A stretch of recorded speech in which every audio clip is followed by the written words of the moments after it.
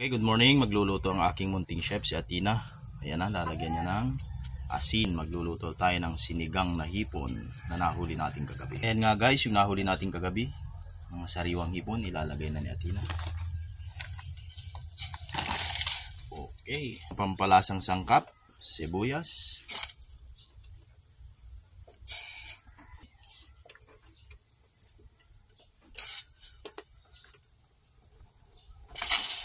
Lagay na natin ang pang-asim, ang kalamyas.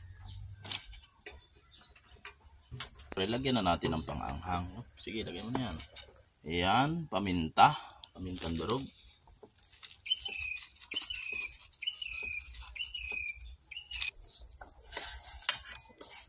Lagyan natin ang magic sarap. At ang panghuli, ang dahon ng malunggay.